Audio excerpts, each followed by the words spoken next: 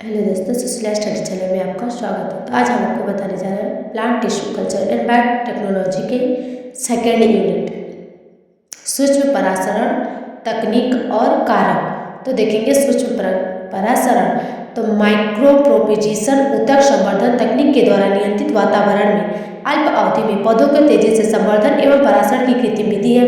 इस विधि के द्वारा अत्यंत कम समय अवधि में बहुत से पौधे विकसित किए जाते हैं। इस तकनीक की सहायता से उत्पादित पौधे आनुवंशिक रूप से समान एवं रोगाणु रहित होते हैं। सूक्ष्म परासरण की क्रिया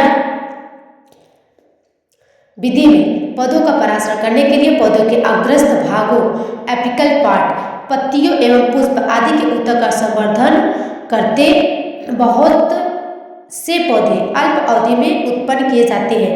वास्तव में इस विधि की सहायता से पौधों के क्लोन तैयार किए जाते हैं।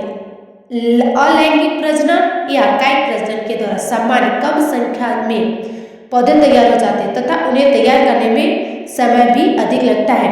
सूक्ष्म परासरण द्वारा पाइन, रबर, टमाटर, ऑयल, पाम, जोबेला एवं केला आदि के पौधों को अत्यधिक सहारा लेना पड़ता है। Methodology involve selection of the mother plant and its मैल्यूटेंसिस स्टेज।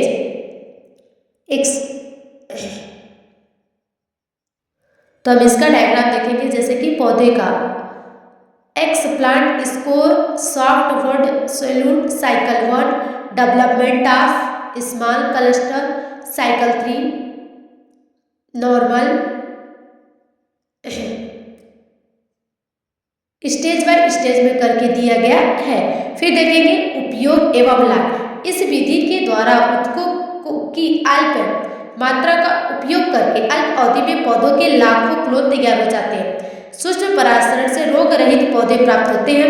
इस विधि के द्वारा किसी भी मौसम में पौधे तैयार किए जाते हैं। इस विधि के द्वारा तैयार किए गए पौधे ओजस्वी होते हैं तथा उनकी उत्पादन क्षमता भी अधिक होती है। इस विधि के द्वारा तैयार पौधे आनुवंशिक रूप से समान होते हैं।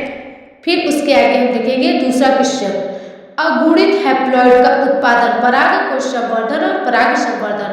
तो अगुणित हैप्लॉइड उत्पादन, अगुणित हैप्लॉइड पौधे प्राप्त करने के लिए परागकोश संवर्धन यानी कि अदर कल्चर और पराग संवर्धन यानी कि फ्लोएम कल्चर टू इम्पोर्टेंट परागकोश संवर्धन में अपरिपक्व परागकोशों को पोषक माध्यम पर संवर्धित किया जाता है, जिससे अगुणित भ्रूण या कैलस उत्पन्न होते हैं। पराग संवर्धन में पराग कणों को सीधे पोषक माध्यम पर संवर्धित किया जाता है जो अगुणित पौधों का उत्पादन करते हैं। परागकोश संवर्धन यानी कि एंथर कल्चर, अपरिपक्व परागकोशों को बद्ध पुष्प कलियों से निकाला जाता है और पोषक माध्यम पर संवर्धित किया जाता है।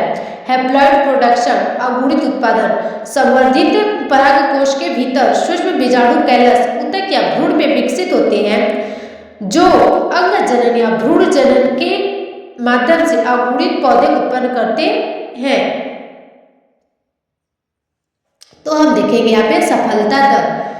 परागकोश संवर्धन की सफलता दर पादप प्रजाति और संवर्धन स्थितियों पर निर्भर करती है। एप्लीकेशन यानी कि अनुप्रयोग, इस तकनीक का उपयोग आनुवंशिक प्रजनन और फसल सुधार में किया जाता है। फिर फ्लोएम कल्चर यानी कि पराग संवर्धन, पराग कणों को अलग करके पोषक माध्यम पर संवर्धित किया जाता है। हैप्लॉइड प्रोडक्शन यानी कि अगुणित उत्पादन, परागकण अगुणित होते हैं इसलिए जो भी पौधे उन्हें एक्स प्लांट के रूप में इस्तेमाल करके उगाए जाते हैं वे अगुणित हो जाते हैं। अनुप्रयोग, पराग संवर्धन का प्रयोग जौ, गेहूं और चावल की अगुणित संस्कृतियों को प्राप्त करने के लिए किया जाता है।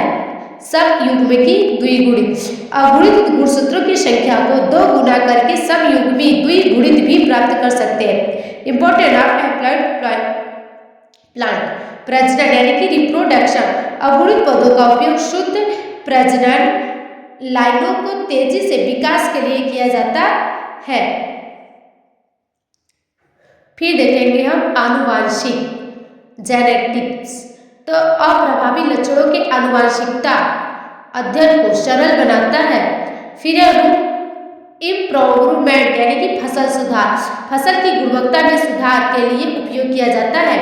दैहिक भ्रूण जनन यानी कि सेमाग्लोनल भिन्नता, दैहिक भ्रूण जनन एक ऐसी प्रक्रिया है जिससे भ्रूण को गैर प्रजनन दैविक कोशिकाओं में विकसित किया जाता है, जबकि सोमा क्लोनल भिन्नता इन विट्रो पुनर्जनन जैसे ऊतक संवर्धन के दौरान उत्पन्न होने वाली आनुवंशिक भिन्नता से संवर्धित करती है।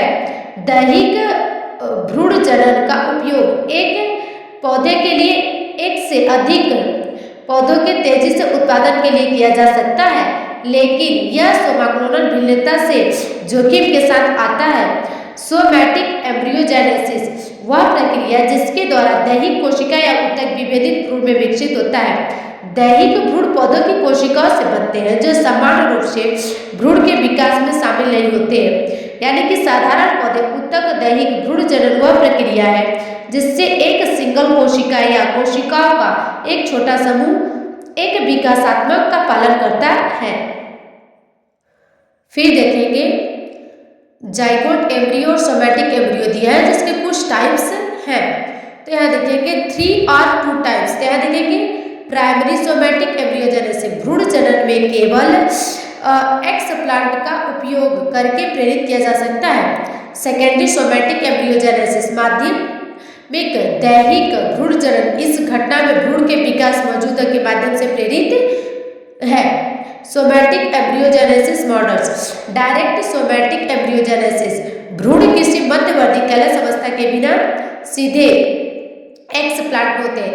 इनडायरेक्ट सोमैटिक एम्ब्रियोजेनेसिस पहले एक एक्सप्लांट से कैलस बनाना और फिर उस कैलस ऊतक का उपयोग करके भ्रूण का उत्पादन करना शामिल होता है। इस तरीके से जैसे कि कुछ उसके एक्सप्लांट की तरह एग्जाम्पल दिख रहे हैं, देख सकते हैं जैसे कि एक्सप्लांट, प्लांट, कैलस